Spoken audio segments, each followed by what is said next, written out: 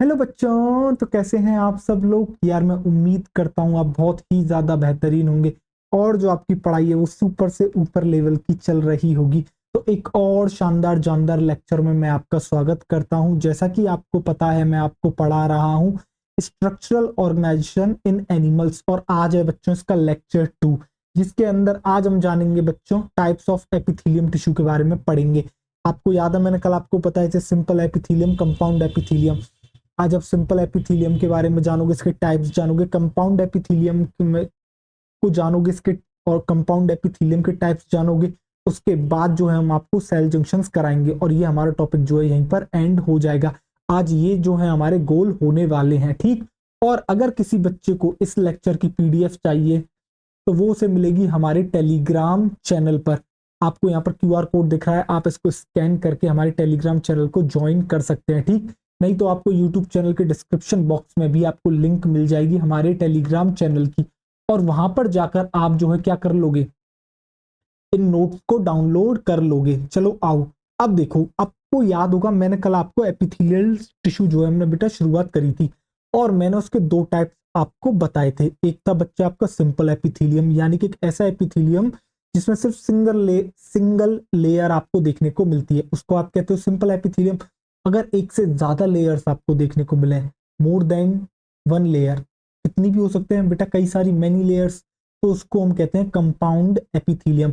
आज हम simple epithelium के बारे में जानेंगे, इसके टाइप्स के बारे में जानेंगे, जिसमें सिंपल आप जानोगे simple squamous epithelium, simple cuboidal epithelium, simple columnar epithelium. उसके बाद आप कंपाउंड एपिथेलियम के बारे में पढ़ोगे, उसके टाइप्स जानोगे, जो कि एनसीईआरटी ने कंपाउंड एपिथेलियम काफी छोटा दे रखा है। ऐसा नहीं कि मैं भी आपको पूरा पढ़ा दूंगा, पूरा मैं भी नहीं पढ़ा रहा आपको, बट जितना एनसीईआरटी ने दे रखा है उसके अंदर थोड़े से पॉइंट हमें और ऐड करने होंगे। फिर उसके बाद हम आपको सेल जंक्शंस पढ़ा के यहाँ पर इस टॉपिक को एंड कर देंगे। क्या आपको याद है कल मैंने आपको ये भी बताया था कि ये जो एपिथेलियम सेल्स का बच्चा आपका जो एपिकल सरफेस होता है या फिर फ्री सरफेस जो होता है एपिथेलियल टिश्यू का, ये कुछ मॉडिफिकेशंस शो कर सकता है। या तो ये इसकी जो प्लाज्मा मेम्ब्रेन है फोल्ड हो जाएगी और फोल्ड करके क्या बना लेगी, क्या बना लेगी बताओ, फिंगर लाइक प्रोजेक्शंस, जिसको आप कहते हो माइक्रोब्लाइट, जिनका रोल होता है एब्जॉर्प्शन एंड सीक्रेशन में, और सरफेस एरिया ये इंक्रीज कर देता है।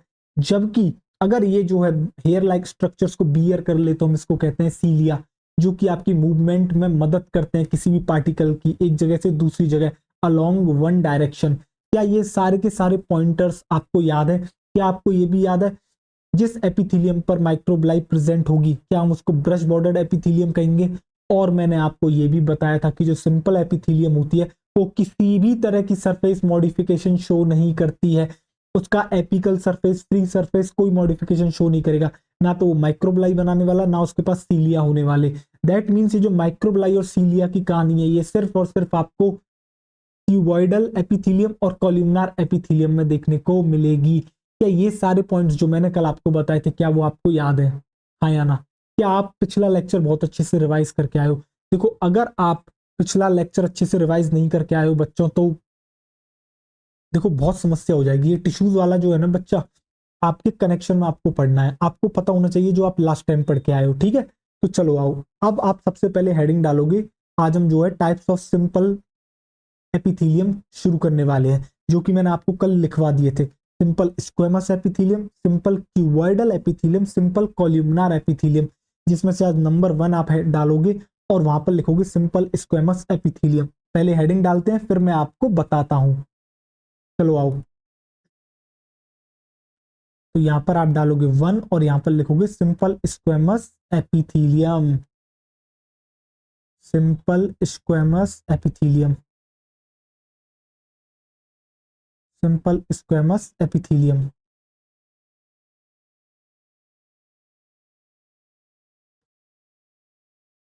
अब सिंपल एपिथेलियम का मतलब आप एक बात तो बहुत अच्छे से जानते हो कि भैया यहाँ पर सिर्फ और सिर्फ आपको एक लेयर ही देखने को मिलेगी, ठीक।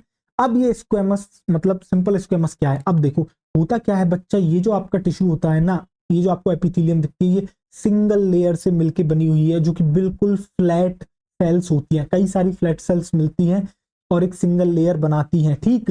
और जो है जब आप इसकी बाउंड्री को देखोगे ना, तो आपको काफी इरेगुलर बाउंड्री आपको देखने को मिलेगी। और जो इन सेल्स का न्यूक्लियस होता है बच्चा, वो आपको उन सेल के सेंटर में देखने को मिलेगा। और वो जो न्यूक्लियस होता है ना, वो भी आपका चपटा होता है। कैसा होता है? फ्लैट होता है। यानी कि जो सिंपल स्क्वेमस एपिथेलियम है सर, इसकी जो सेल्स है वो कैसी हैं? थोड़ी फ्लैट सेल्स हैं। और जब जुड़ती हैं तो ये क्या बनाती हैं? Irregular boundary. और पता है, जो आप इसको देखते हो तो ऐसा लगता है मानो, आपने कभी देखा है फ्लोर टाइल्स को? जो आपकी बच्चा फ्लोर टाइल्स होती है, बिल्कुल उस जैसा लगता है ये। इसलिए इसको एक और नाम दिया जाता है, जिसको कहा जाता है आपका पेवमेंट एपिथीलियम। Pavement epithelium. चलो आओ, मैं तुम्हें एक बार बना के ही दिखाता हूं किस तरीके से ये सेल्स जो है आपको देखने को मिलेंगी। ये कलर आ जाओ, चलो ये वाला ले लेते हैं। तो देखो, ये ये देखो कुछ इस तरीके से जो है आपको ये देखने को मिलती है। बाकी एनसीईआरटी का डायग्राम भी मैं आपको बताऊंगा। और मैं आपको ये भी बता दूं, एनसीईआरटी इसकी जो टिश्यूज वाली की जो एनसीईआरटी है, वो मैं एक साथ ही आपको पूरी की पूरी एनसीईआरटी पढ़ाऊंगा। ठीक, तो आपको सोचना नहीं है कि सर एनसीईआरटी पढ़ाएंगे या नहीं पढ़ाएंगे। सर एनसीईआरटी पढ़ाएंगे, बस थोड़ा सा समय दो। ठीक, अब जरा ध्यान से देखो, ये आपको कैसी दिख रही है सेल्स? सिंगल लेयर दिख रही है, पूरी एक लेयर बना ली इन्होंने। प्लस आपको क्या दिख रहा है? इनका जो न्यूक्लियस है सेल के आपको सेंटर में दिख रहा है, और न्यूक्लियस फ्लैट है। चलो फ्लैट दिख नहीं रहा, इसे थोड़ा सा फ्लैट करते हैं बच्चा। देख, कुछ इस तरीके से देख, दिख रहा है? अब तो दिख रहा है फ्लैट। हाँ सर, अब दिख रहा है फ्लैट। तो दिख रहा है फ्लैट। और जब तू इसकी बाउंड्री पे ऊपर से हाथ देख, तुझे ऐसा नहीं लगेगा कि भैया स्मूथ है इसकी बाउंड्री, नहीं। इसकी बाउंड्री तुझे इरेगुलर लगेगी। कैसी लगेगी? इरेगुलर। तो इस तरह की जो आपकी ये जो लेयर फॉर्म हुई है, इसको आप कहते हो सिंपल स्क्वेमस एपिथेलियम। अब जरा ध्यान से सोचना, ये सिंगल लेयर है, बहुत ज्यादा पतली है, बहुत ज्यादा थिन है, बिल्कुल। तो अब ये किस में मदद करेगी? प्रोटेक्शन में मदद करेगी? अरे नहीं यार, सिंगल लेयर कहां से प्रोटेक्शन में मदद करेगी? तो बच्चा ये आपकी पता है कहां प्रेजेंट होती है? जहां पर आपका होता है फिल्ट्रेशन और डिफ्यूजन। जहां पर होता है आपका फिल्ट्रेशन या फिर डिफ्यूजन। डिफ्यूजन क्या होता है? Movement of particle from its high concentration to low concentration. कैसी को मैं डिफ्यूजन कहता हूं? बिल्कुल सर, इसी को हम डिफ्यूजन कहते हैं। यानी कि जहां फिल्ट्रेशन और डिफ्यूजन होता है, वहां पर ये देखने को मिलती है। फिल्ट्रेशन कहां देखा था सर? हमें याद आ रहा है, आपने जब हमें excretive product and there elimination कराया था, तो वहां हमने देखा था जो आपका बोमेंस कैप्सूल था, जो आपको याद है ग्लोमेरुलस से जो है होते हुए बोमेंस कैप्सूल के अंदर जा रहा था, वहां पर हमने आपको इसका बारे में बताया था। याद आ रहा है आपको? वहां से क्या हो रहा था? फिल्ट्रेशन। इसके अलावा डिफ्यूजन आपको देखने को मिलता है। आपको याद है एल्व्यूलाइज, एयर सैक्स जो होते हैं आपके किसके बच्चा? लंग्स के, जिनको एल्व्यूलाई कहते हो, वहां पर एयर का डिफ्यूजन होता है। बिल्कुल सर। इसके अलावा बेटा जो ब्लड वेसल्स की वॉल होती है, वो भी आपकी सिंपल स्क्वेमस एपिथेलियम की ही बनी हुई है। यानी कि फिल्ट्रेशन एंड डिफ्यूजन से रिलेटेड ही इसका फंक्शन होता है। और सबसे इजीली तरीके से आपको ये समझ में भी आ गई होगी। तो लिखना शुरू करें, चलो आओ। तो आप यहां पर क्या लिखोगे? सबसे पहले आप यहां पे लिखोगे मेड अप ऑफ, आप लिखोगे बच्चों made up of single thin layer. तो भैया सिंगल थिन लेयर है। Made up of single thin layer of कैसी cell? Flattened cell of flattened cell. और कैसी बाउंड्रीज है इसकी? इरेगुलर बाउंड्रीज हैं, विद इरेगुलर बाउंड्रीज। यानी कि ये सिंगल थिन लेयर, जो फ्लैट सेल की जो सिंगल थिन लेयर है उससे बनती है। और इसकी जो बाउंड्रीज होती है वो कैसी होती हैं? इरेगुलर आपकी होती है। और जब आप इसे देखते हो तो ऐसा लगता है मानो फ्लोर टाइल्स हो। ऐसा लगता है मानो फ्लोर टाइल्स हो। तो आप लिखोगे यहां पर अपीयर्स लाइक, कैसी दिखती है ये? Appears like floor tiles. जो आपकी फ्लोर की टाइल्स होती है ना, उनके जैसे ये जो है देखने को आपको मिलती है। अपीयर लाइक फ्लोर टाइल्स, इसलिए इसको कहते हैं सो कॉल्ड, तो नोन एज पेवमेंट एपिथेलियम। इसलिए इसको एक और नाम से जाना जाता है, जिसको आप कहते हो पेवमेंट एपिथेलियम। Pavement epithelium. बताओ, क्या आपको ये सारे के सारे पॉइंट समझ में आ रहे हैं? बिल्कुल अच्छे से आपको ये समझ में आ रहे होंगे। अब जरा देखो आगे। और चलो एक बात मैं यहां पर भी लिखवा देता हूं। मैंने सिर्फ आपको अब तक बताया था, मैंने कहीं पर भी ये बात लिखवाई नहीं है। मैंने आपको अभी अभी रिवाइज भी कराया था। मैंने आपसे ये कहा था, जो बच्चों आपकी सिंपल स्क्वेमस एपिथेलियम होती है, इसका जो फ्री सरफेस है या फिर एपिकल सरफेस है, वो किसी भी तरह की कोई भी मॉडिफिकेशन शो नहीं करेगा। यानी कि ना तो आपको यहाँ माइक्रोब्लाइज देखने को मिलेंगी इसके सरफेस पर, ना ही आपको सीलिया देखने को मिलेगा। जो माइक्रोब्लाई और सीलिया है बच्चों, वो आपको क्यूबॉइडल और कॉलमनार एपिथेलियम में ही देखने को मिलती है। ठीक, क्या आपके भेजे में ये वाली बात सेट हो गई? हाँ या ना, मुझे इतना बताओ। तो मैं लिख दूं इस बात को? चलो आओ लिख देता हूं। तो आप लिखोगे simple squamous, simple squamous epithelium, simple squamous epithelium, simple squamous epithelium surface, या फिर आप लिखो फ्री सरफेस। आप लिखो बच्चा फ्री सरफेस। तो जो सिंपल स्क्वेमस एपिथेलियम का फ्री सरफेस होता है, सरफेस शोज नो मॉडिफिकेशन, वो किसी भी तरह की कोई मॉडिफिकेशन शो नहीं करता है। शोज नो मॉडिफिकेशन, तो ये किसी भी तरह की मॉडिफिकेशन शो नहीं करता है। बताओ क्या आपको ये समझ में आ गया, हाँ या ना? मैं हटूं एक बार? चलो मैं हट गया हूं। आप जो है इसके बाद बच्चा इसको नोट कर लोगे। इसके बाद फंक्शंस और इसके एग्जाम्पल में लिखवा दूंगा। जिसको बच्चा फंक्शन पता है उसके दिमाग में एग्जाम्पल्स अपने आप ही क्लिक कर जाएंगे, अपने आप ही क्या कर जाएंगे, क्लिक कर जाएंगे। तो आपने नोट कर लिया। चलो मैं एक और बार हटता हूं। आप यहाँ पर बच्चों इसको पॉज करोगे और नोट कर लोगे। हो गया? देखो अब आप नेक्स्ट स्लाइड लोगे और उस पर डालोगे फंक्शंस। फंक्शंस क्या बताया मैंने अभी आपको? फंक्शंस में आपको हमेशा याद रखना है बच्चा, ये एक सिंगल लेयर है, समझ रहे हो? सिंगल लेयर है तो ये क्या करेगी? ये करेगी आपका फिल्ट्रेशन। क्या करती है ये करती है बच्चों आपका फिल्ट्रेशन।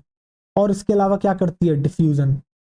फिल्ट्रेशन और डिफ्यूजन में जो है बच्चों इसका रोल है, फिल्ट्रेशन एंड डिफ्यूजन। फिल्ट्रेशन तो आप जानते ही हो, डिफ्यूजन भी आप जानते हो। ठीक, देखो तो क्या मैं इसके एग्जांपल्स लिख दूं? हाँ सर, इसके एग्जांपल्स भी हमें बता दो। तो मैं क्या यहाँ पर लिख सकता हूँ? एयर सेक्स ऑफ लंग्स, यानी कि एल्वियोलाइज की बात हो रही है। Air sacs of lungs, air sacs of lungs यानी कि एल्वियोलाई के बारे में ये बात आपसे कर रहा है, एल्वियोलाई। ठीक, एक तो आपका एल्वियोलाई एग्जांपल हो गया। इसके अलावा जो वॉल होती है बेटा ब्लड वेसल्स की, वो भी तो इसी की बनी हुई है। तो आप यहां पर लिख दोगे wall of blood vessels, wall of blood vessels. इसके अलावा बच्चा आपका ग्लोमेरुलस हो गया, और आपका बोमेन्स कैप्सूल, बोमेन्स कैप्सूल। बताओ क्या आपको सारे के सारे एग्जाम्पल समझ में आ गए, हाँ या ना? देखो फिल्ट्रेशन एंड डिफ्यूजन जहां पर आया वहीं पर आपके दिमाग में क्लियर हो जाने चाहिए एग्जाम्पल। क्यों क्लियर हो जाने चाहिए एग्जाम्पल? पूरी ह्यूमन फिजियोलॉजी पढ़ के बैठे हो तुम, तुम्हें अच्छे से पता है डिफ्यूजन कहाँ हो रहा था, तुम्हें अच्छे से पता है फिल्ट्रेशन कहाँ पे हो रहा था। तो वही सारे तो बेटा मैंने जो है आपके क्या करे हैं, एग्जाम्पल्स लिखे हैं। एक बार चलो डायग्राम में तुम्हें दिखाता हूँ। तो ये दिख रही है, जरा ये देखो, ये जो आपको दिख रहा है बच्चा, यही है स्क्वेमस, यही है squamous epithelium, simple squamous epithelium, यही है सिंपल स्क्वेमस। जरा ध्यान से देखो कैसी दिख रही है सेल्स। सर हमें दिख रही है फ्लैट सेल्स, लिख भी रखा है फ्लैट सेल्स। इसके अलावा जरा ऐसे ध्यान से देखो, ऐसा नहीं लग रहा मानो इसका जो सरफेस है, ऐसा लग रहा है बिल्कुल फ्लोर की जो टाइल्स होती हैं उनके जैसा ये लग रहा है। इसलिए इसको जो है पेवमेंट एपिथेलियम भी कहते हैं। बताओ यहां तक क्लियर हो गया आपके भेजे में सारी चीजें? पानी पिया जाए थोड़ा सा।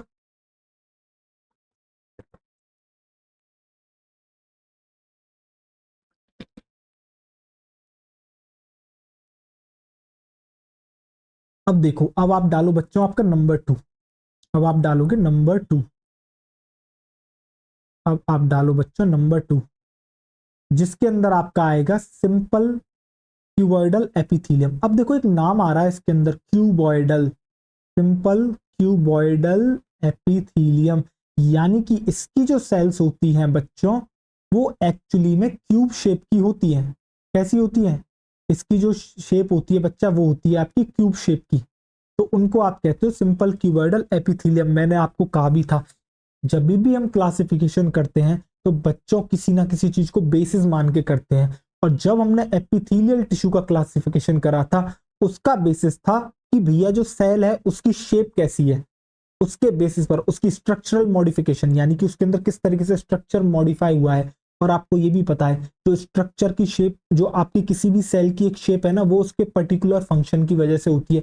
जैसे कि आपने बेटा उसकी फ्लैटेंड सेल देखी, सिंपल स्क्वेमस एपिथेलियम, क्यों फ्लैटेंड थी? क्यों? क्योंकि बच्चा, और क्यों पतली और थिन थी? क्यों? क्योंकि वो जो है आपकी डिफ्यूजन और फिल्ट्रेशन में इन्वॉल्व है। तो जिस तरीके का फंक्शन होगा उस तरह की शेप आपको देखने को मिलती है। अब सिंपल क्यूबॉइडल एपिथेलियम में आपको सिंपली ये लिख देना है भैया, यहाँ जो है सिंपल है, दैट मीन्स सिंपल एपिथेलियम का मतलब होता है सिंगल लेयर है। क्यूबॉइडल एपिथेलियम का मतलब है क्यूब लाइक सेल्स है। तो आप लिखोगे यहाँ पर single layer of cube like cells. तो आप यहाँ पर लिखोगे single layer of cube like cells. चलो मुझे एक चीज याद आ गई, मैंने जो कि यहाँ पर लिखी नहीं है, मिस हो गया है मुझसे। आप यहाँ पर बच्चा इसके न्यूक्लियस की तो बताओ चीजें। तो आप कहोगे इसका जो न्यूक्लियस है वो कहाँ पर प्रेजेंट है? न्यूक्लियस जो है सेंटर पर है, सेंटर पर है एंड फ्लैट है।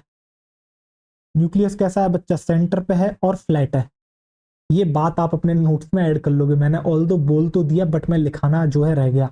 अभी जब मैं उसको जो मैं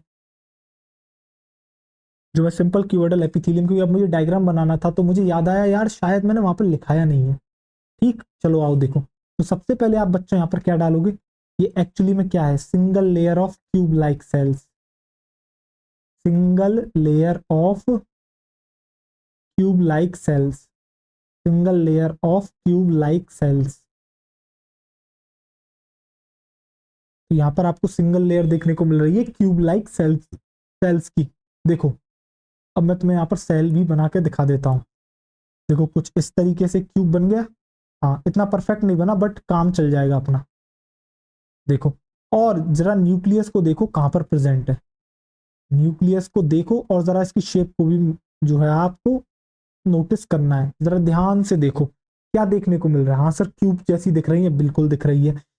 इसके अलावा सर जो आपने न्यूक्लियस बनाया है ना वो हमें गोल दिख रहा है, बिल्कुल गोल मतलब राउंड दिख रहा है। और उसकी लोकेशन कहाँ पर दिख रही है? सर सेंटर में दिख रही है। तो क्या मैं लिख दूं? बिल्कुल न्यूक्लियस के बारे में लिख देते हैं। तो जो आपको ये न्यूक्लियस दिख रहा है ये कैसा दिख रहा है?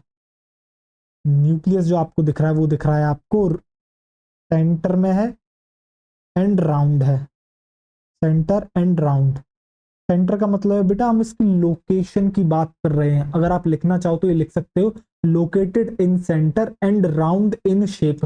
बट अगर आप ऐसे लिखोगे तो काफी चीजें और लंबी हो जाएंगी। तो थोड़ा थोड़ा शॉर्ट करना सीखो जिससे आपको याद रहे। अच्छा सेंटर एंड राउंड का मतलब है न्यूक्लियस की पोजीशन और शेप की बात यहाँ पर सर कर रहे हैं। अब इसका फंक्शन क्या है? देखो इसका जो फंक्शन होता है बच्चा वो या तो एब्जॉर्प्शन में रोल है या फिर इसका सीक्रीशन में रोल है।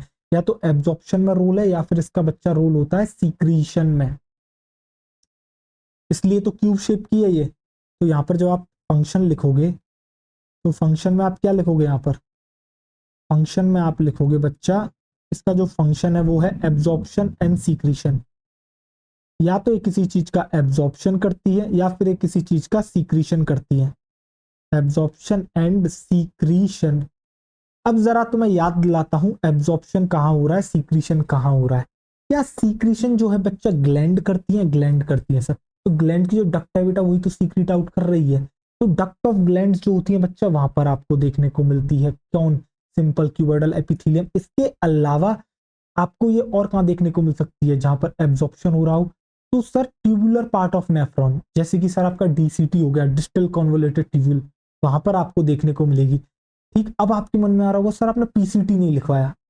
बेटा सबर कर, मैं तुझे बताऊंगा पीसीटी कहां पर आएगा। अभी तू जितना मैं तुझे बता रहा हूं तू उतना कर। तू यहां पर एग्जाम्पल लिख। तो तू यहां पर लिखेगा एग्जाम्पल, और एग्जाम्पल में आएगा बेटा tubular part of nephron. NCERT इतना ही लिख देती है, वो खुद कहती है तुम खुद पता लगाओ कि कहां पर ये देखने को मिलेगा। Tubular part of nephron. देखो एनसीईआरटी को बहुत ही ज्यादा मैं सॉर्टेड करके पढ़ा रहा हूँ। एनसीईआरटी तो जो है थोड़ा घुमा फिरा के देती है चीजें। तो बच्चा ये जो है आपको डीसीटी में देखने को मिलती है, सिंपल क्यूबॉइडल एपिथेलियम। याद करो जो पीसीटी में देखने को मिलती है वो बेटा ब्रश बॉर्डर देखने को मिलती है। यानी कि जो क्यूबॉइडल एपिथेलियम है उसका जो फ्री सरफेस है बेटा वो मॉडिफाई हो गया और उसने फिंगर लाइक प्रोजेक्शंस बना ली। तो उसका जो एग्जांपल है हम वहां पर लिखेंगे बच्चा, कहां पर, ब्रश बॉर्डर्ड क्यूबॉइडल एपिथेलियम में लिखेंगे उसका एग्जांपल, किसका, आपके पीसीटी का। देखो अगला जो आप यहाँ पर लिख लोगे वो लिख लोगे बेटा duct of gland, ducts of gland. यहां पर भी आपको देखने को मिलती है सिंपल क्यूबॉइडल एपिथेलियम। अब बच्चों आप इसको पॉज करोगे और नोट कर लोगे, आप यहां पर वीडियो पॉज करोगे और नोट कर लोगे। कर लिया पॉज, हो गया नोटेड। चलो देखो, अब जो है मैं सिंपल क्यूबॉइडल एपिथेलियम के दो टाइप कराऊंगा। अब वो जो दो टाइप बने हैं वो मॉडिफिकेशन की वजह से बने हैं। मैंने कहा था ना माइक्रोब्लाई और सीलिया आपको simple cuboid simple squamous epithelium में नहीं देखने को मिलते, सिर्फ और सिर्फ क्यूबॉइडल एपिथेलियम और कॉलमनार एपिथेलियम में ही ये मॉडिफिकेशंस आपको देखने को मिलती हैं। तो अब जो है आपको देखने को मिलेगी भैया, एक तो माइक्रोब्लाई बना लेगी, यही वाली सेल्स अपने आपके सरफेस को मॉडिफाई करके माइक्रोब्लाइज बना लेंगी, या फिर बेटा ये जो है हेयर लाइक स्ट्रक्चर सीलियास को बियर कर लेंगी। क्या आपको समझ में आ गया, हाँ या ना? तो इसी के बेसिस पर आपको इसके दो टाइप्स देखने को मिलते हैं, इसी के बेसिस पर आपको इसके दो टाइप्स देखने को मिलते हैं। तो देखो दोनों टाइप इस तरीके से आप यहां पर लिखोगे। ये क्या है बच्चा, मॉडिफिकेशंस है, ये क्या है इसकी मॉडिफिकेशंस। तो यहां पर आप लिख भी सकते हो, ये है इसकी मॉडिफिकेशंस, मॉडिफिकेशंस।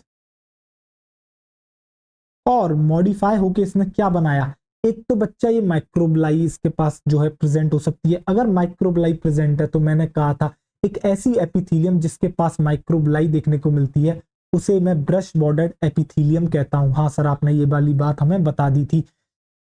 बट अब जो है बच्चा किसके अंदर देखने को मिल रही है, क्यूबॉइडल या कॉलमनार, क्यूबॉइडल में देखने को मिल रही है। इसलिए आपको आगे मेंशन करना पड़ेगा कि भैया जो माइक्रोब्लाइज है वो कौन सी में देखने को मिल रही है, क्योंकि कॉलमनार में भी देखने को मिलेंगी। तो आप यहाँ पर लिखोगे simple cuboidal brush bordered epithelium. तो इसका जो एक मॉडिफिकेशन का नाम हो गया वो क्या हो गया, वो हो गया बच्चा आपका simple cuboidal, simple cuboidal brush bordered epithelium, brush bordered epithelium, simple cuboidal brush bordered epithelium, simple cuboidal brush bordered epithelium. ठीक, जो दूसरा आता है वो हो सकता है कि भैया इसके ऊपर सीलिया प्रेजेंट हो, तो तब इसका नाम क्या होगा, तब इसका नाम यही रहेगा सिंपल क्यूबॉइडल। अब बस ब्रश बॉर्डर्ड को हटा के आपको यहाँ सीलिएटेड जोड़ देना है। तो आप यहाँ पर क्या लिखोगे, simple cuboidal ciliated epithelium, simple cuboidal ciliated epithelium, simple cuboidal ciliated epithelium,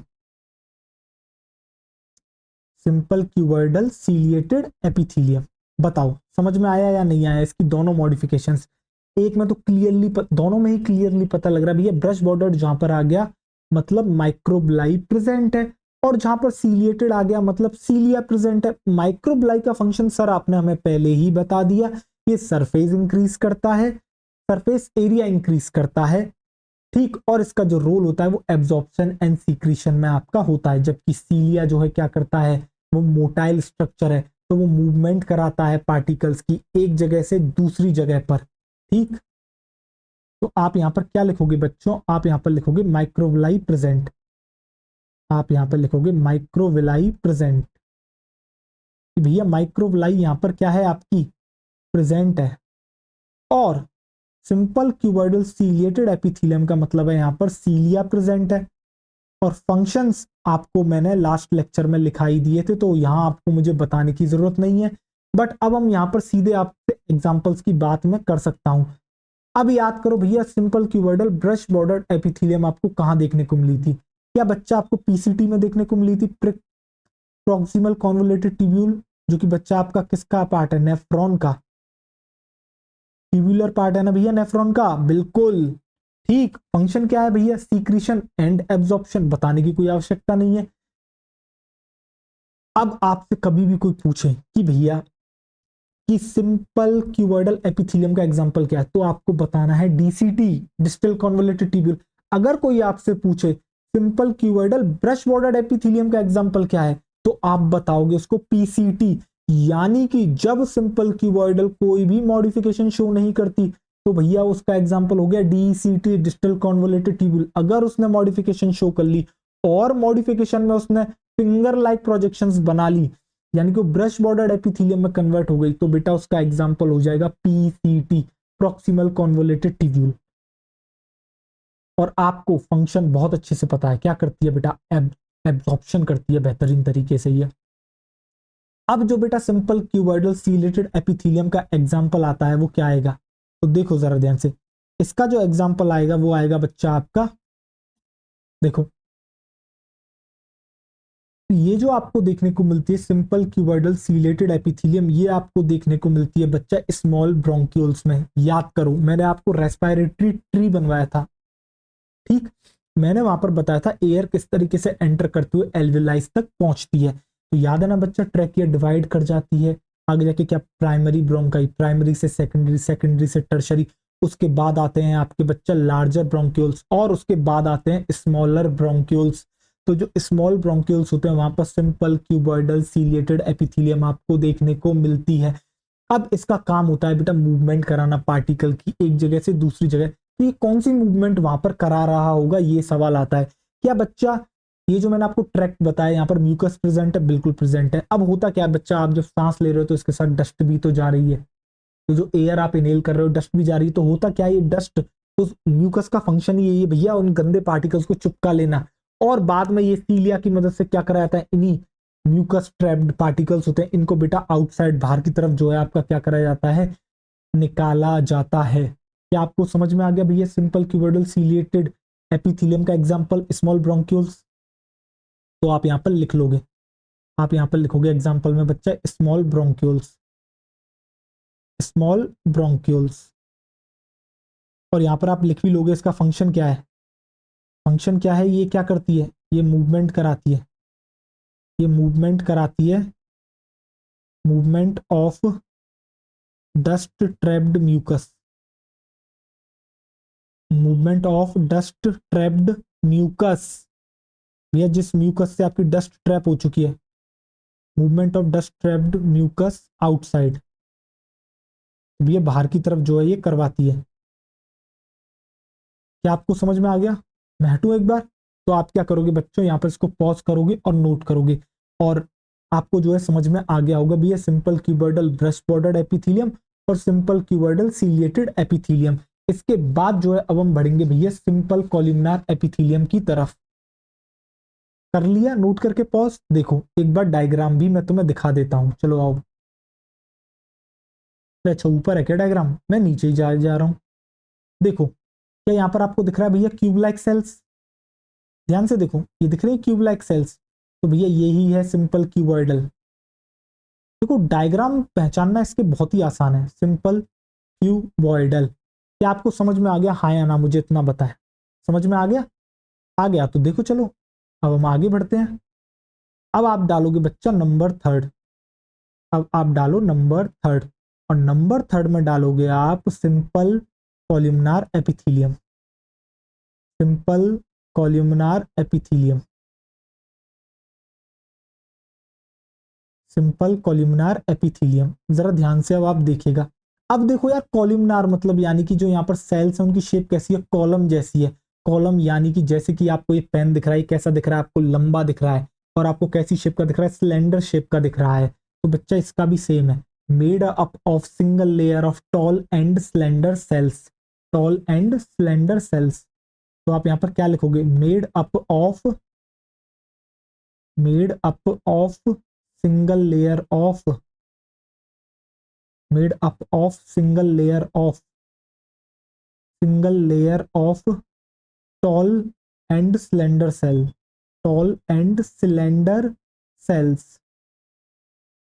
diagram बना के दिखाऊं, बिल्कुल डायग्राम बना के दिखाएंगे आपको, चलो आओ देखो, जरा ध्यान से देखना। देखो मैंने आपको क्यूबॉइडल जो brush border simple cuboidal brush border epithelium है वहां पर डायग्राम नहीं बनवाया, डायग्राम मैं पहले ही बनवा चुका हूं, ठीक है, ब्रश बॉर्डर एपिथेलियम का और आपकी सीलेटेड एपिथेलियम का। अरे यार ये क्या बन गया, रुको, इस तरीके से बनाओ। ये इतना परफेक्ट बन नहीं पा रहा है, बट आप, आई होप आप इमेजिन कर पा रहे होंगे, नहीं तो एनसीईआरटी का डायग्राम तो है ही है आपको समझाने के लिए। अब जरा ध्यान से देखना, इस डायग्राम से आपको कुछ न्यूक्लियस के बारे में पता लगेगा। जरा न्यूक्लियस की पोजीशन कोई मुझे बता सकता है कहां पर है? सर हमें दिख रहा है न्यूक्लियस बिल्कुल नीचे की तरफ प्रेजेंट है। हाँ, तो भैया न्यूक्लियस जो है वो आपका कहाँ है? Located at base, located at base, यानी कि बेसल है, आप बेसल भी लिख सकते हो, और ओवल है शेप में, एंड ओवल इन शेप। आप बेटा बेसल एंड ओवल भी लिख सकते हो, एंड बेसल इन शेप। तो क्या आपको ये डायग्राम से समझ में आ गया भैया सिंपल कॉलमनार एपिथेलियम कैसी दिखती है? भैया long, tall and slender cells होती हैं, ठीक, और इनका जो न्यूक्लियस होता है वो आपका प्रेजेंट है बेस पर, और शेप कैसी है? ओवल है। फंक्शन क्या है भैया? वही सीक्रीशन एंड एब्जॉर्प्शन भी इसी का फंक्शन है। तो आप यहां पर लिखोगे बच्चा सीक्रीशन एंड एब्जॉर्प्शन, फंक्शन में आप लिखोगे सीक्रीशन एंड एब्जॉर्प्शन। फंक्शन क्या है बच्चों? Secretion and absorption. अरे यार ये क्या खुल गया, एक मिनट देना, रुको पहले से लिख देता हूं, चलो। सीक्रीशन एंड एब्जॉर्प्शन जो है इसका आपका फंक्शन हो गया। एग्जाम्पल भी लिख लो, लगे यार भैया कहाँ देखने को मिलेगी? आपके स्टोमक में आपको ये देखने को मिलती है। अब बच्चों जिस तरीके से आपने क्यूबॉइडल एपिथेलियम के जो है एग्जांपल्स देखे थे, क्या देखे थे? एक तो ब्रश बॉर्डर्ड वाला देखा था, एक सीलेटेड देखा था, सेम वे में यहाँ पर भी सेम होगा, बस वहां पर जहां पर क्यूबॉइडल लिखा था वहां पर कॉलमनार आपका ऐड हो जाएगा, ठीक। देखो एक मिनट, इसको मैं पहले कैंसिल करता हूँ, ये क्या चल गया, एक मिनट, चलो हो गया। हाँ वीडियो चल रही है ना? चल रही है, चलो ठीक है, आ जाओ देखो। अब जरा देखो इसकी भी बच्चों दो ही वही मॉडिफिकेशन है, तो इसको मुझे कॉपी ही करने दो, दो दो बार क्यों लिखूं मैं इसको, इसी के अंदर फेर बदल कर देंगे। आ जाओ चलो देखो मॉडिफिकेशंस।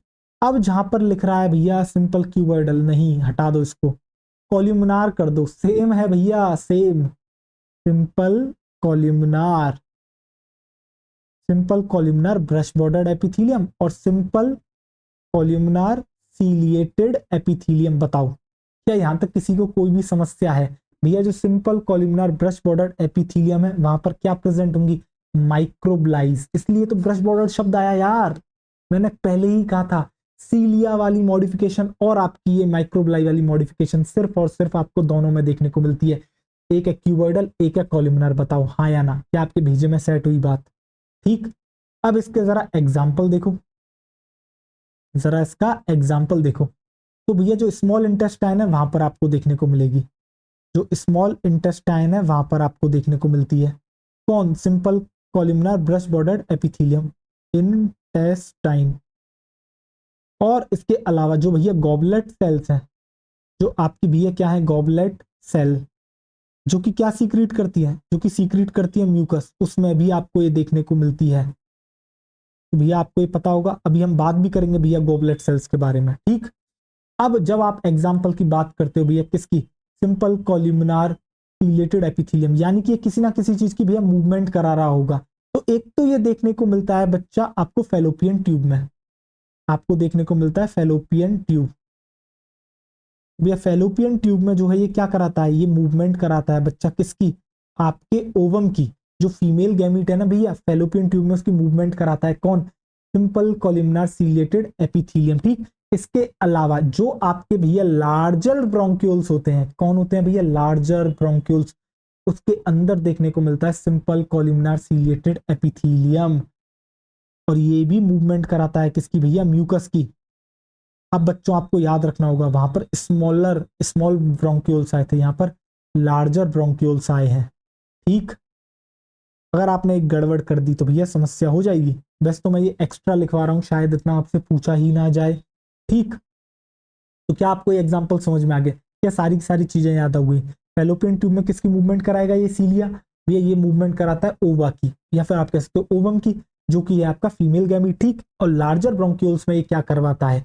ये बेटा म्यूकस की जो है मूवमेंट करवाता है। बताओ क्या आपको समझ में आ गया, हाँ या ना, मुझे इतना बताओ। अगर स्मॉलर ब्रोंक्यूल्स में पूछते तो आप क्या बताते, सिंपल क्यूबॉइडल सीलिएटेड एपिथेलियम बताते भाई। याद रखना है, भेजे में भैया सेट कर लो, यहाँ गड़बड़ मत कर देना। हटू में एक बार, आप क्या करोगे बच्चों, पॉज करो जब तक थोड़ा सा हम पानी पीते हैं, प्यास बहुत लग जाती है यार। वैसे भी 35 मिनट्स हो गए आपका लेक्चर लेते लेते। इसके बाद जो है अब हम आपको पढ़ाएंगे बच्चा ग्लैंड्यूलर एपिथेलियम, यानी कि एक ऐसी क्यूबॉइडल या फिर कॉलमनार सेल्स जो कि स्पेशली मॉडिफाई हो जाए सिर्फ एक ही काम के लिए, और वो होता है सीक्रीशन।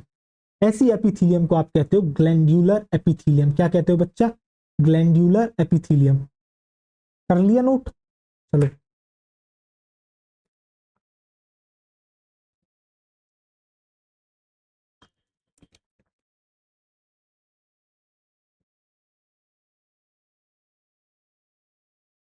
बताओ समझ में आ गया, चलो आओ देखो आगे। अब आप जो है नेक्स्ट हेडिंग डालोगे बच्चा, वो होगी आपकी ग्लैंड्यूलर एपिथेलियम। एक बार इसका डायग्राम देख लो, और देखो एनसीईआरटी ने जो है इसकी मॉडिफिकेशन का भी डायग्राम दिया है। ये जो आपको थर्ड वाला डायग्राम दिख रहा है, देखो ये क्या दिख रहा है बिल्कुल बच्चों, ये ही है आपका एग्जाम्पल किसका, सिंपल कॉलमनार का। सिंपल कॉलमनार दिख रहा है, कॉलम जैसी सेल्स। और ये जो डी वाला एग्जाम्पल दे रखा है भैया, ये सीलिएटेड कॉलमनार का है।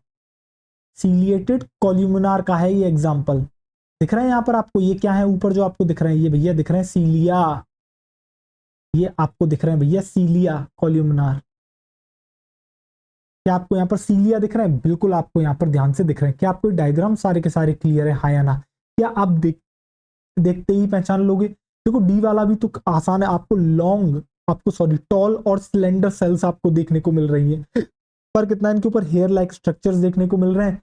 तो बच्चा ये हेयर लाइक स्ट्रक्चर्स ही सीलिया कहलाते हैं, इसलिए सीलिएटेड कॉलमनार है। ठीक, देखो लिखा भी है नीचे, कॉलमनार सेल्स बियरिंग सीलिया। देखो जहां पर डी लिख रहा है नीचे फिगर में बताया भी है, कॉलमनार सेल्स हैं जो कि बेटा बियर कर रहे हैं। बियर का मतलब होता है धारण करना, सीलिया।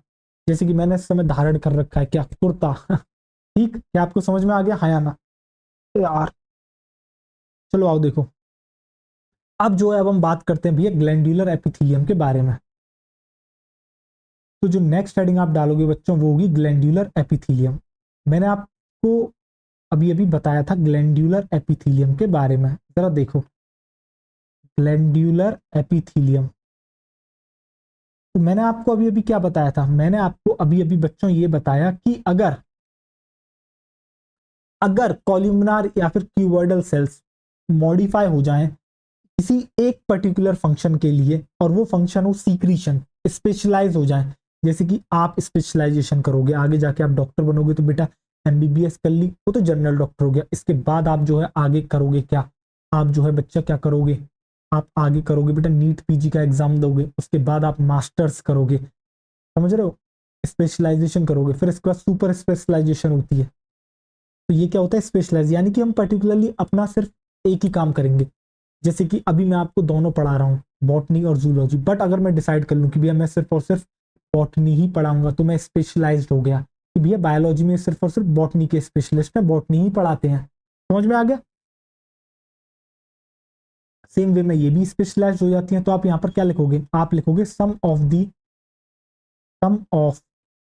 कॉल्यूमिनार, सम ऑफ कॉल्यूमिनार और cuboidal cells, some of columnar और cuboidal cells get specialized for secretion, get specialized for secretion, get specialized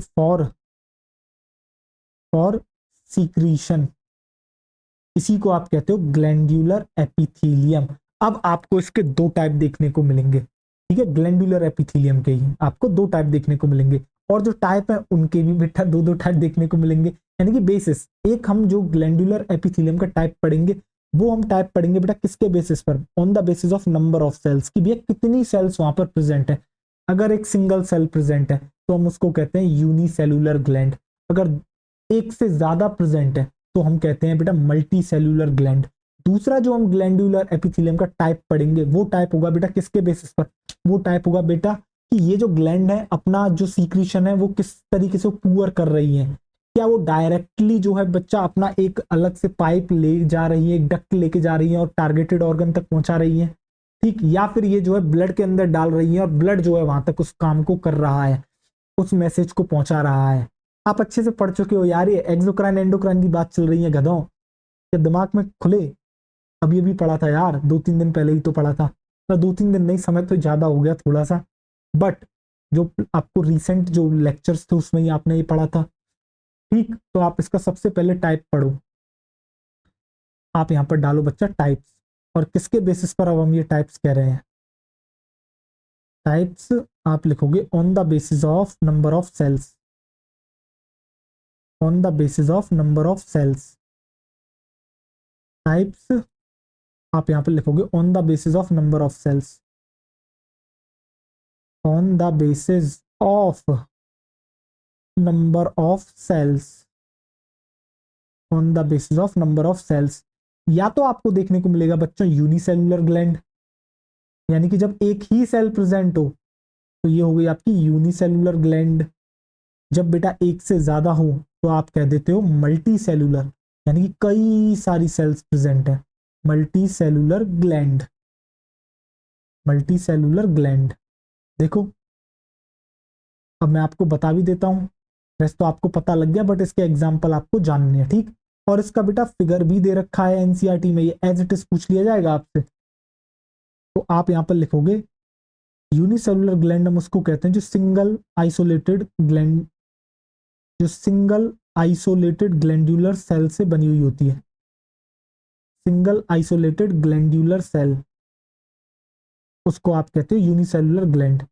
example क्या होता है यूनिसेलुलर ग्लैंड का, एग्जाम्पल है भैया गॉबलेट सेल।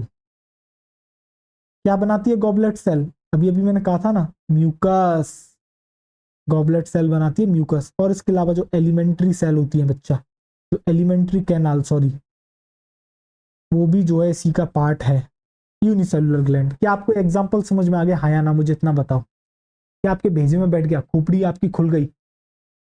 अब मल्टी सेलुलर की जब आप बात करते हो, यानी कंपोज्ड ऑफ मैनी सेल्स, तो आप यहां पर लिखोगे composed of many cells, composed of many cells. तो ये कई सारी सेल्स से मिलके जो है आपकी क्या है, बनी हुई है। या फिर आप लिख सकते हो composed of cluster of cells, या फिर कंपोज्ड ऑफ मैनी सेल्स, सही है। देखो अब जो आप इसके एग्जाम्पल लिखोगे, क्या लिखोगे, एग्जाम्पल में आ जाता है बच्चा इसका सलाइवरी ग्लैंड, एग्जाम्पल आ जाता है इसका बच्चा सलाइवरी ग्लैंड, सलाइवरी ग्लैंड जो है क्या हो जाता है, इसका एग्जाम्पल आपका आ जाता है, ठीक। मैं हटू क्या, यहां तक किसी को कोई समस्या है, मुझे नहीं लगता है यहां तक किसी को कोई भी समस्या होगी। इसके बाद हम इसका बेटा दूसरा टाइप पढ़ेंगे, जो कि किसके बेसिस पे, mode of pouring there secretion, कि भैया वो किस तरीके से अपना जो सीक्रेशन है उसको पुअर करती है, निकालती है, ठीक। अगर वो डायरेक्टली रिलीज करती है बेटा किसके अंदर, आपके ब्लड के अंदर, तो बेटा वो एंडोक्राइन ग्लैंड कहलाती हैं, और उनके सीक्रेशंस को क्या कहते हैं, हार्मोन कहते हैं। अगर वो अपना सीक्रेशंस बेटा डक्ट और ट्यूब के थ्रू जो है रिलीज करती हैं, तो उसको हम कहते हैं एक्सोक्राइन ग्लैंड। जैसे कि बेटा mucus gland, salivary gland, ear wax वाली आपकी हुई ऑयल, ठीक। बताओ कर लिया नोट। एक तो यार पता नहीं गले में अलग सी खराश सी है। देखो तो आप डालोगे बच्चा यहाँ पर टाइप।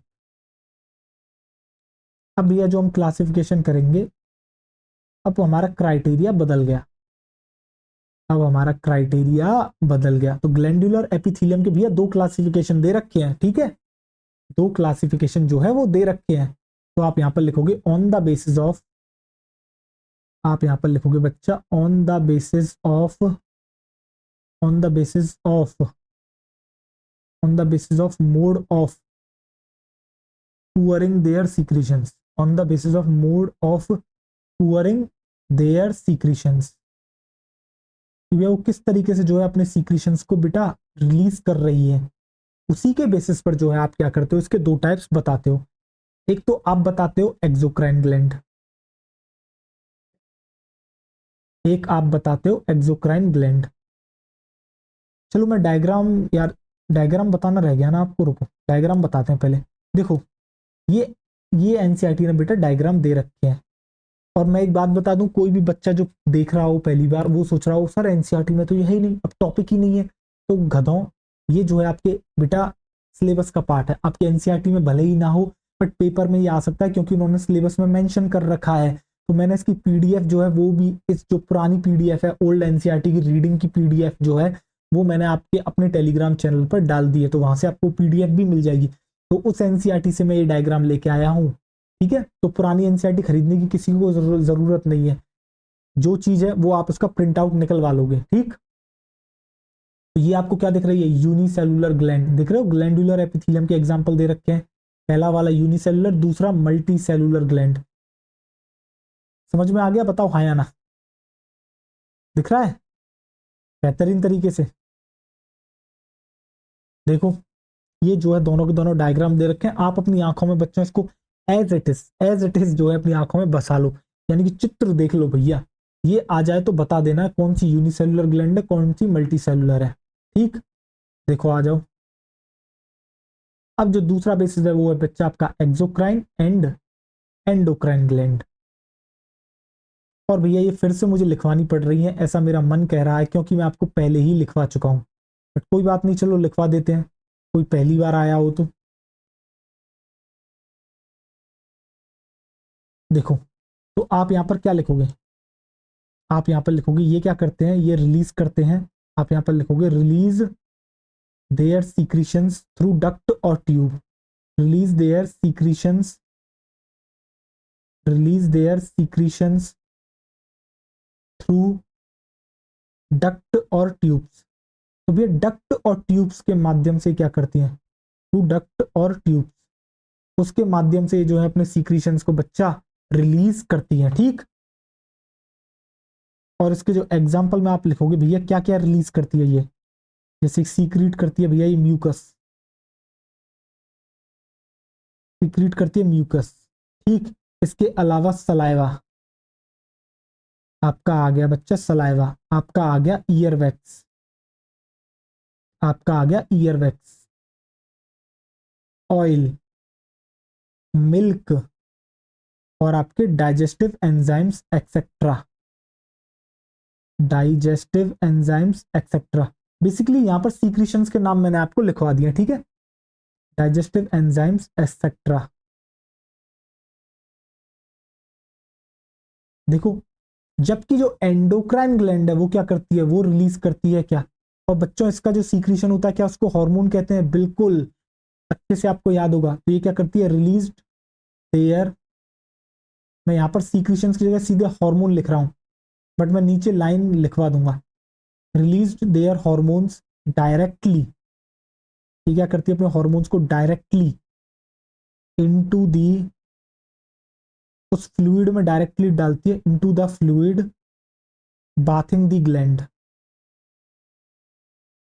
Bathing the gland.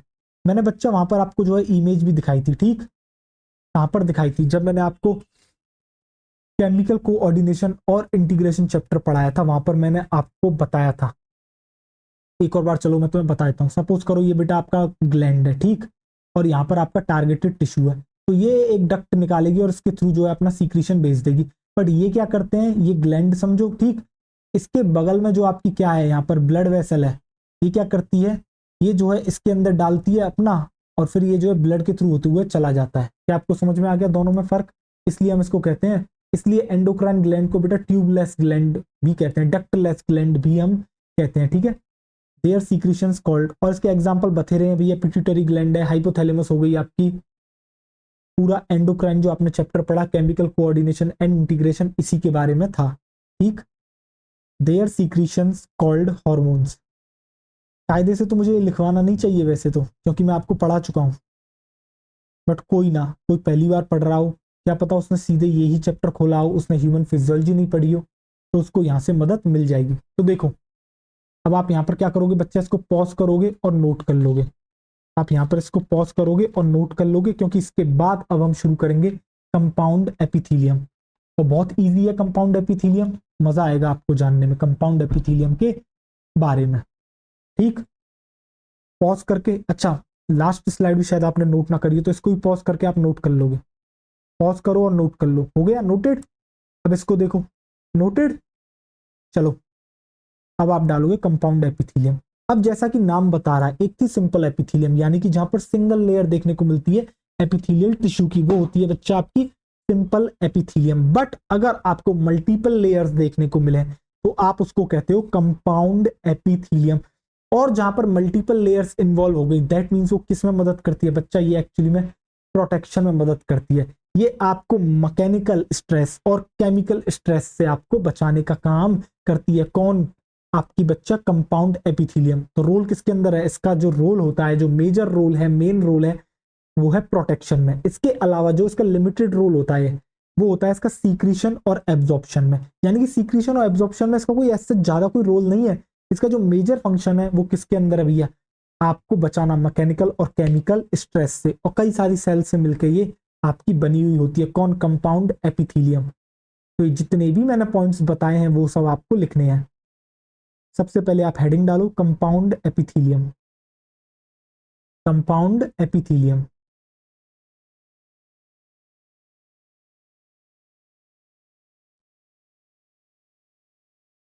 और आप यहां सबसे पहले लिखोगे कंपोज्ड ऑफ मेनी सेल्स, यानी या फिर आप कह सकते हो multi layered, composed of many cells. Diagram भी मैं इसका दिखाऊंगा अभी आपको। Composed of many cells, composed of many cells, कई सारी सेल से मिलकर बनी है। इसके अलावा इसका जो है लिमिटेड रोल होता है किसके अंदर? यानी ना के बराबर रोल। आप लिमिटेड कह सकते हो, लेस भी कह सकते हो। Less role in secretion and absorption. ये सीक्रीशन एंड एब्जॉर्प्शन में इसका ना के बराबर रोल है। यानी कि सीक्रीशन और एब्जॉर्प्शन में जो मेजर रोल है वो आपका किसका है? सिंपल एपिथेलियम का भैया। उसमें भी आपने देख लिया किसका होता है, क्यूबॉइडल और कॉलुमिनार का, ठीक। और अब आप जो है लास्ट में लिखोगे इसका जो मेजर रोल है, आप लिखोगे मेजर, या फिर आप लिख सकते हो मेन फंक्शन। जो इसका मेन फंक्शन है वो क्या है? मेन फंक्शन है इसका टू प्रोवाइड प्रोटेक्शन। ये क्या करता है भैया? प्रोवाइड करता है protection. To provide protection against mechanical and chemical stress. To provide protection against chemical and mechanical stress, against chemical and mechanical stress।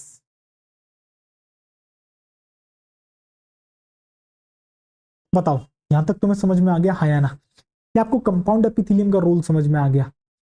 ठीक। अब मैं जो है स्ट्रक्चर आपको जो है मैं इसका दिखा देता हूं, ठीक। देखिए जरा ध्यान से। पहले तो आप क्या करोगे बच्चों, यहाँ पर इसको पॉज करोगे और नोट कर लोगे।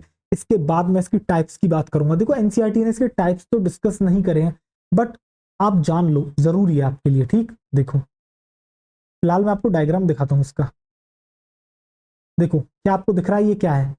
यही है भैया कंपाउंड एपिथेलियम। दिख रहा है? Multi layered cells, multi layered cells. कितनी सारी सेल्स की लेयर दिख रही है आपको? कितनी ही सारी सेल्स की बच्चों आपको क्या दिख रही है? यहाँ पर लेयर देखने को मिल रही है। क्या देखने को मिल रही है आपको?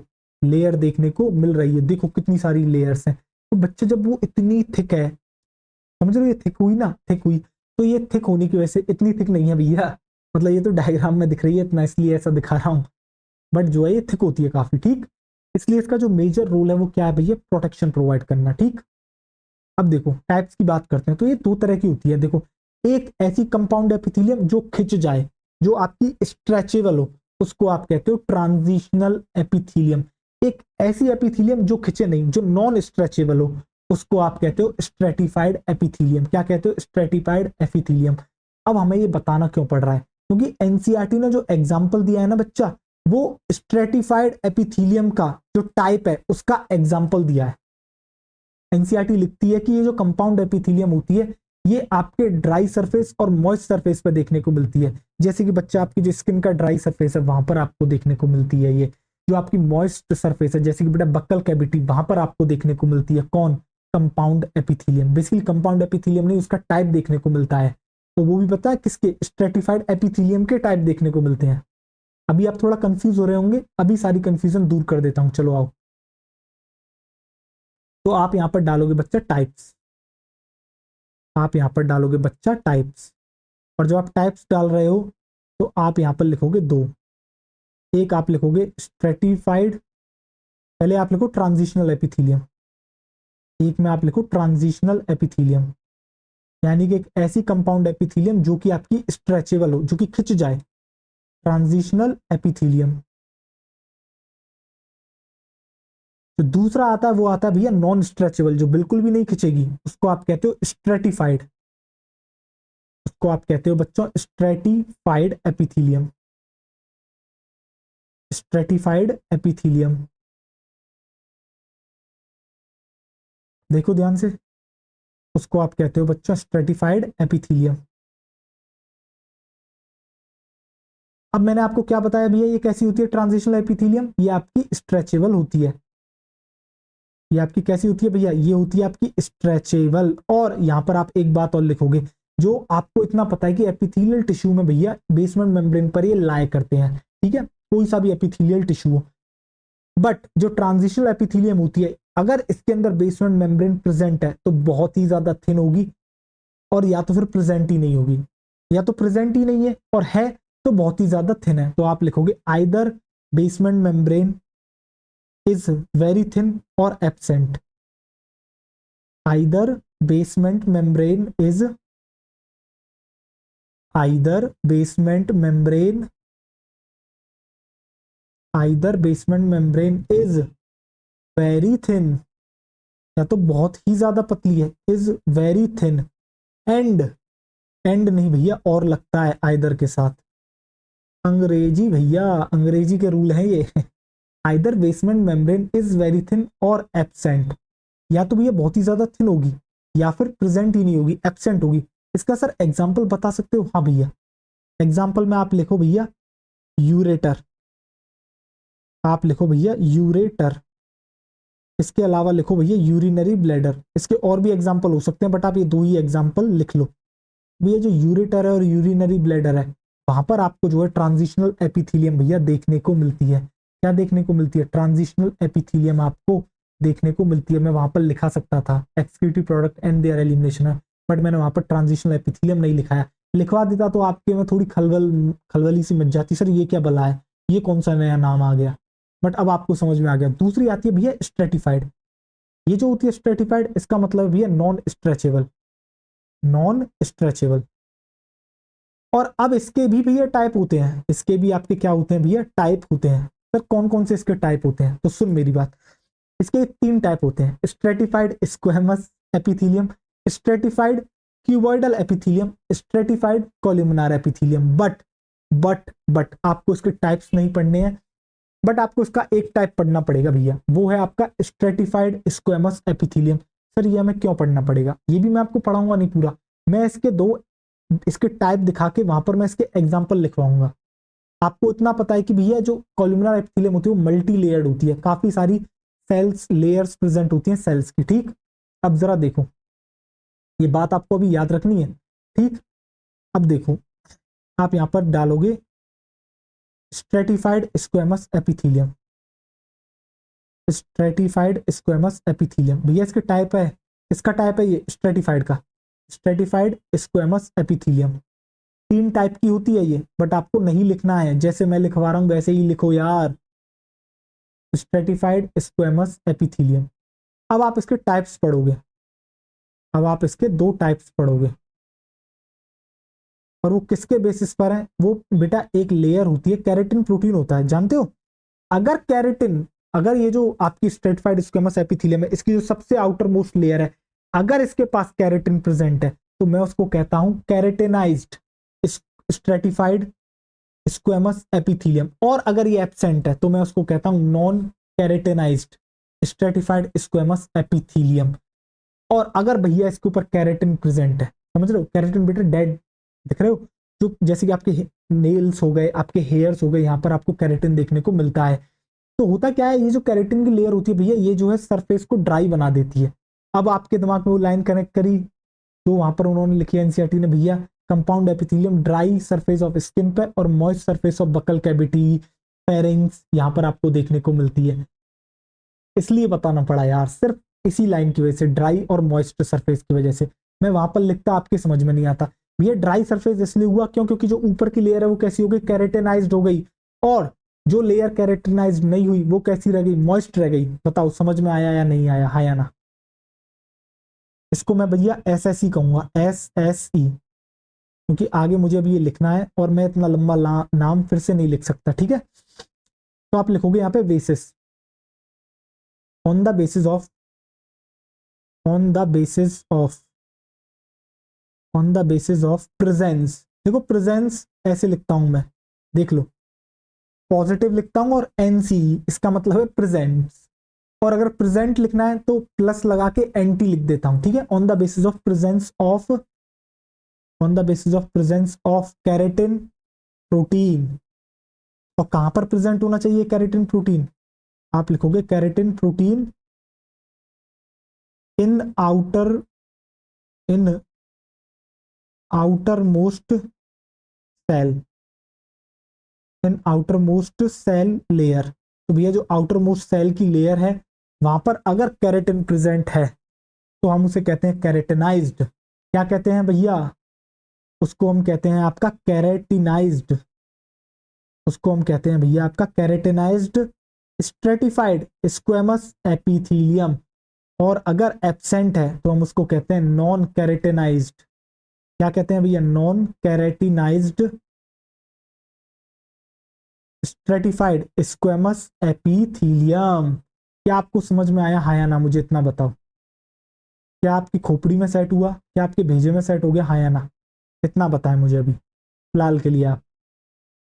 और अगर इसका मतलब क्या है यहाँ पर, that means keratin is present, तभी तो कैरेटिनाइज्ड कह रहे हैं, कैरेटिन इज प्रेजेंट। और इससे क्या होगा, सरफेस बिकम्स ड्राई, जो सरफेस है भैया वो ड्राई हो जाएगा। आप यहाँ पे लिखोगे surface becomes dry, surface becomes dry. और जो इसका एग्जाम्पल आता है भैया, वो एग्जाम्पल इसका आता है स्किन, एग्जाम्पल आता है भैया स्किन, ठीक।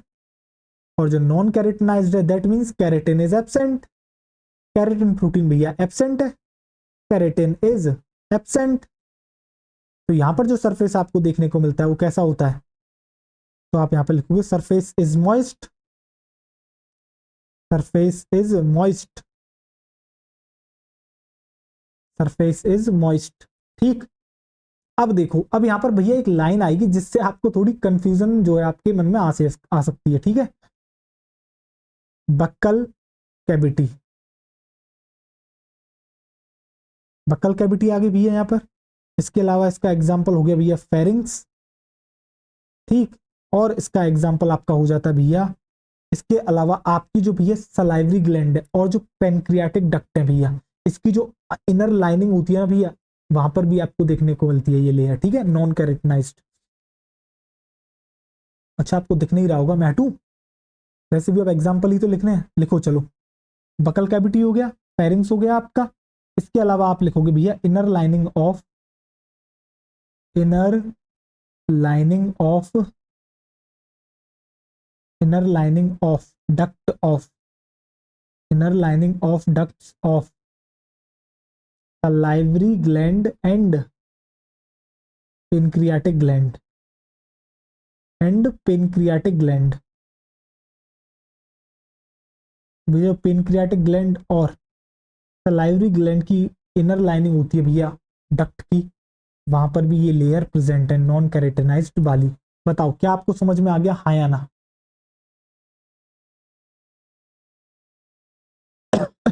हटू मैं एक बार फिर से, देखो। तो अब आप क्या करोगे भैया, इसको पॉज करोगे और यहाँ पर क्या कर लोगे भैया, इसको नोट कर लोगे। इसके बाद जो है वो हम सेल जंक्शंस की तरफ बच्चा मैं आपके आगे बढ़ूंगा। इसके बाद मैं आपको पढ़ाऊंगा सेल जंक्शंस। आपको पता लगेगा कि भैया ये जो सेल होती है भैया एक दूसरे से इनको कम्युनिकेट भी तो करना है, इनको एक दूसरे से लिंक भी तो बनाए रखनी है। तो उसमें कौन मदद करता है, आपके सेल जंक्शंस मदद करते हैं, ठीक है, जो कि एक स्पेशल तरह के प्रोटीन के कॉम्प्लेक्सेस होते हैं, ठीक। अच्छा आपको मैं पहले, आप यहां से नोट करना शुरू करो, पॉज करोगे और नोट कर लोगे। कर लिया पॉज, हो गया नोटेड? देखो, पॉज करो और नोट करो। नोटेड? अब आप इसको पॉज करोगे और बच्चा नोट कर लोगे। हो गया? इसके बाद जो है मैं आपको बताऊंगा सेल जंक्शंस के बारे में। चलो आप देखो, अब ध्यान से सुनना, सेल जंक्शंस क्या होते हैं। आपको पता है ये जो एपिथेलियल टिश्यू है तो इसकी भैया सेल्स हैं, एपिथेलियल सेल्स। इसके अलावा जो अदर टिश्यूज होते हैं भैया, क्या ये जो सेल्स हैं वो क्या एक दूसरे से कनेक्शन बनाना चाहेंगी? बिल्कुल बनाना चाहेंगी। क्या एक दूसरे के साथ कम्युनिकेशन करना चाहेंगी? बिल्कुल करना चाहेंगी। तो इनको कम्युनिकेट करने में, इनको जोड़े रखने में कौन मदद करता है? सेल जंक्शंस मदद करते हैं, जो कि इनको स्ट्रक्चरल और फंक्शनल लिंक्स प्रोवाइड करते हैं। कौन करते हैं? सेल जंक्शंस करते हैं। और ये जो सेल जंक्शंस होते हैं आपको एपिथेलियल टिश्यू के अंदर देखने को मिलते हैं और अदर टिश्यूज में भी देखने को मिलते हैं। बट मैक्सिममली पता है ये कहां देखने को मिलते हैं? आपको एपिथेलियल टिश्यू में देखने को मिलते हैं। कौन? Cell junctions. तीन तरह के सेल जंक्शंस आप पढ़ोगे: tight junction, adhering junction, gap junction. Tight junction leakage को जो है स्टॉप करता है, ठीक है। एडहेरिंग जंक्शन सेल्स को जोड़े रखता है। गैप जंक्शन एक सेल को दूसरी सेल से कम्युनिकेट करने में आपका क्या करता है? मदद करता है, ठीक। चलो आओ, सबसे पहले आप यहां पर हेडिंग डालोगे बच्चा cell junctions. Cell junctions heading आप डालोगे भैया सेल जंक्शंस। देखो, तो मैंने क्या कहा था, ये जो सेल जंक्शन है भैया ये एक स्पेशल तरह के प्रोटीन है। तो आप लिखोगे स्पेशलाइज्ड, आप यहां पर लिखो भैया specialized protein complex. Special protein के कॉम्प्लेक्स है। स्पेशल का मतलब होता है भैया इनका काम जो है वो फिक्स हो चुका है, ठीक है। यही काम आपको करना है। स्पेशलाइज्ड प्रोटीन के कॉम्प्लेक्सेस हैं जो कि कनेक्ट करते हैं एक सेल को दूसरी सेल से। That connect cells to each other. Cell को एक दूसरे से जोड़ने में मदद करते हैं। इसके अलावा प्रोवाइड करते हैं। प्रोवाइडिंग मतलब कैसे जोड़ रहे हैं ये बता रहे हैं। By providing structural support, providing structural support and and allow and allows communication. और इसके अलावा भैया कम्युनिकेशन भी करवाते हैं। कौन? आपके सेल जंक्शंस। एनसीईआरटी लिखती है सेल जंक्शंस जो है आपकी स्ट्रक्चरल और जो फंक्शनल लिंक है उनको प्रोवाइड करते हैं, जिससे कि सेल जो है एक दूसरे के साथ जुड़ी रहती है और एक दूसरे के साथ कम्युनिकेट कर पाती है। वही सेम बात मैंने लिखी है थोड़ी सी अलग भाषा में, बट इजी डेफिनेशन है, आपको समझ में आ गया। मैंने आपको ये भी बता दिया जो सेल जंक्शन है वो एक्चुअली में प्रोटीन के कॉम्प्लेक्सेस हैं, ठीक।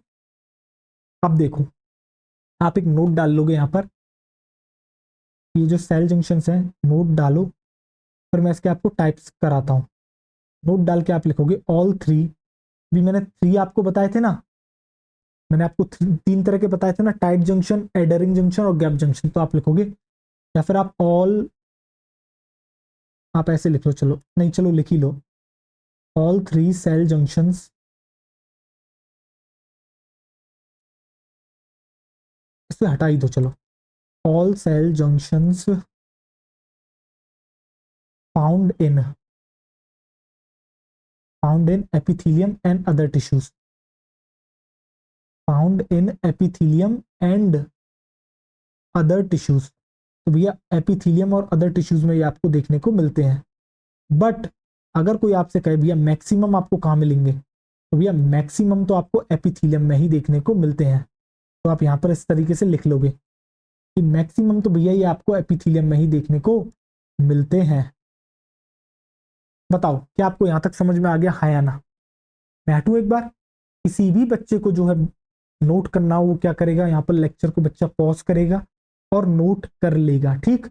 इसके बाद मैं आपको टाइप्स के बारे में बताऊंगा, tight junction, adhering junction, gap junction. थोड़ा सा पानी पिया जाए जब तक आप नोट कर रहे हैं।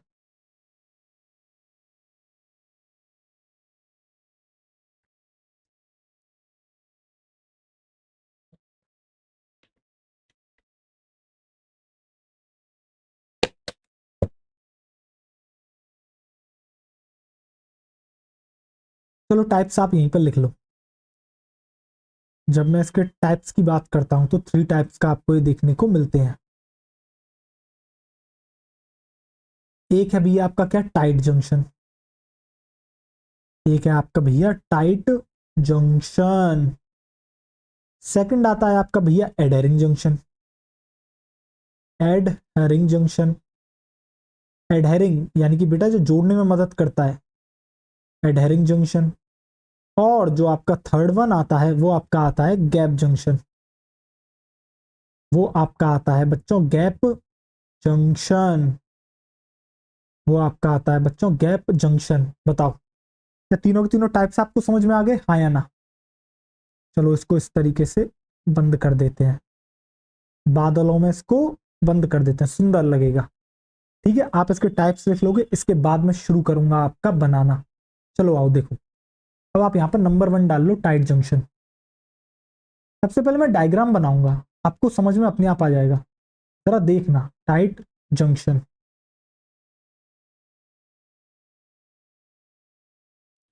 अब जरा देखना ध्यान से, मैं क्या करता हूं, मैं यहां पर बनाता हूं भैया सेल। ये देखो आपकी सेल हो गई 1, ये हो गई आपकी सेल नंबर 2। क्या भैया ये दोनों की दोनों जो आपकी सेल्स हैं वो बेसमेंट मेम्ब्रेन पर लाई करेंगी, यानी कि नीचे जो है कौन प्रेजेंट होगा, आपकी बेसमेंट मेम्ब्रेन। बताओ हाँ या ना? आप कहोगे हाँ सर।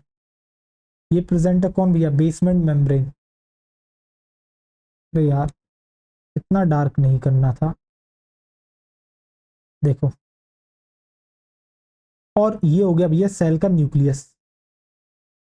ठीक है, अब जरा ध्यान से देखना, क्या भैया ये कुछ सीक्रीशंस बनाएंगी, ये सेल कुछ सीक्रीशंस बनाएंगी। अगर ये सीक्रीशंस भैया, अब देखो होगा क्या, अगर ये जो है भैया यहाँ पर एक गैप प्रेजेंट रहा तो ये सीक्रीशन यहाँ जाएगा बेसमेंट मेम्ब्रेन तक। बट हमें ये सीक्रीशंस बेसमेंट मेम्ब्रेन तक नहीं पहुंचने देने हैं हमें। यार ये क्या हो गया,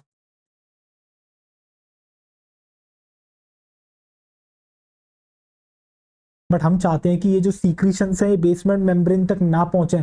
तो हम क्या करेंगे, हम यहाँ पर बना देंगे आपके क्या, हम यहाँ पर बना देते हैं आपके बेटा जंक्शंस। इस तरीके से आपके जंक्शंस यहाँ पर आ जाते हैं, जिनको आप कहते हो टाइट जंक्शंस। देखो अगर इस तरीके से लग गया तो क्या ये क्रॉस कर पाएगा, क्या ये आपके बेसमेंट मेम्ब्रेन तक ये सीक्रेशंस पहुंच पाएंगे? तो बेटा इन्हीं को हम कहते हैं आपके क्या, इन्हीं को कहते हैं हम आपके टाइट जंक्शंस।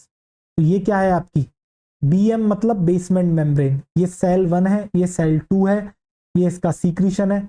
और इसको जो है बेटा इसके लीकेज को कौन रोक रहा है, आपका टाइट जंक्शन। क्या आपको रोल समझ में आ गया किस तरीके से फंक्शन करता है? बच्चों ये जो सेल होती है ये अपना सीक्रेशन बनाएंगी, तो चांसेस है कि ये सीक्रेशन जो है आप ही की बेसमेंट मेम्ब्रेन में पहुंच जाए। और हम वहां पर नहीं पहुंचना चाहते, हम लीकेज बिल्कुल नहीं चाहते, हम इस लीकेज को रोकना चाहते हैं, इसलिए हम टाइट जंक्शंस वहां पर बना देते हैं, तो वो उसको क्रॉस ही नहीं कर पाते हैं। क्या आपको समझ में आ गया, हाँ या ना, मुझे इतना बताओ। और अगर आपको ये समझ में आ गया है तो चलो लिखो, क्या लिखोगे, ये क्या करते हैं? अरे यार ये तो बहुत ज्यादा डार्क है।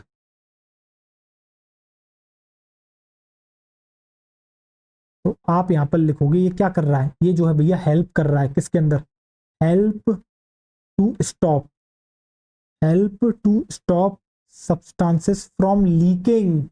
ये सब्सटेंसेस को लीकिंग से बचा रहा है, help to stop substances from leaking across a tissue, from leaking across a tissue, from leaking across a tissue. तो एक टिश्यू के अक्रॉस जो है ये आपको क्या कर रहा है, लीक करने से जो है आपका बच्चा क्या कर रहा है, ये बचा रहा है, ठीक है, उसके सीक्रेशन को। क्या आपको समझ में आ गया टाइट जंक्शन बेहतरीन तरीके से? लेक्चर को पॉज करो और जो है नोट डाउन करो, क्योंकि इसके बाद मैं आपको एडहेरिंग जंक्शन बताऊंगा। और जो एडहेरिंग जंक्शन है बेटा वो जोड़ने में मदद करता है, इन दो सेल्स को बेटा जोड़े भी तो रखना होगा। कर लिया नोट कर, पॉज करके नोट आ जाओ। अब डालो नंबर 2, जो आप नंबर 2 डालोगे वहां पर आप लिखोगे adhering junction, adhering junction, adhering junction. जरा देखो ध्यान से एडहेरिंग जंक्शन की कहानी। तो भैया एडहेरिंग जंक्शन क्या करता है, जरा देखना ध्यान से। अब मैं यहाँ पर फिर से दो सेल्स आपकी बना देता हूँ, ये हो गई सेल 1, ये हो गई आपकी सेल 2। ये न्यूक्लियस, और नीचे बना देता हूं आपकी वही फिर से बेसमेंट मेम्ब्रेन।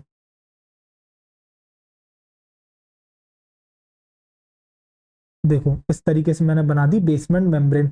अब जरा ध्यान से आप देखिएगा, चलो रेड कलर ले लिया जाए। अब इन दो सेल्स को बेटा एक दूसरे से जोड़ के भी तो रखना पड़ेगा। तो देखो कुछ इस तरीके से दिख रहे हैं, ये जो जोड़ने में मदद कर रहा है, ये जो आपको दिख रहे हैं यही है एडरिंग जंक्शन। यही है बच्चों आपके एडरिंग जंक्शन। क्या आपको एडरिंग जंक्शन समझ में आ गया, हाँ या ना, मुझे इतना बताओ। क्या दिख रहा है आपको, ये भैया सीमेंटिंग में मदद कर रहे हैं। मानो कभी आपने देखा दीवार बनती है तो दो ब्रिक के बीच में सीमेंट लगाया जाता है जिससे कि वो एक दूसरे के साथ जुड़ी रहे। तो भैया एडरिंग जंक्शन भी सेम काम परफॉर्म करते हैं। परफॉर्म करते हैं क्या, सीमेंटिंग, जिससे कि जो पड़ोस की सेल्स हैं वो एक साथ रह सकें। इस तरीके से आपके जो है एडरिंग जंक्शन आपको देखने को मिलते हैं। तो आप यहाँ पर क्या लिखोगे बच्चों, आप यहाँ पर लिखोगे ये परफॉर्म करती है सीमेंटिंग। तो आप लिखोगे बच्चों यहाँ पर ये परफॉर्म करती है आपका क्या, परफॉर्म सीमेंटिंग। ये परफॉर्म करती है आपकी सीमेंटिंग टू कीप, जिससे कि आपका क्या क्या रखा जा सके, to keep neighbouring cells together.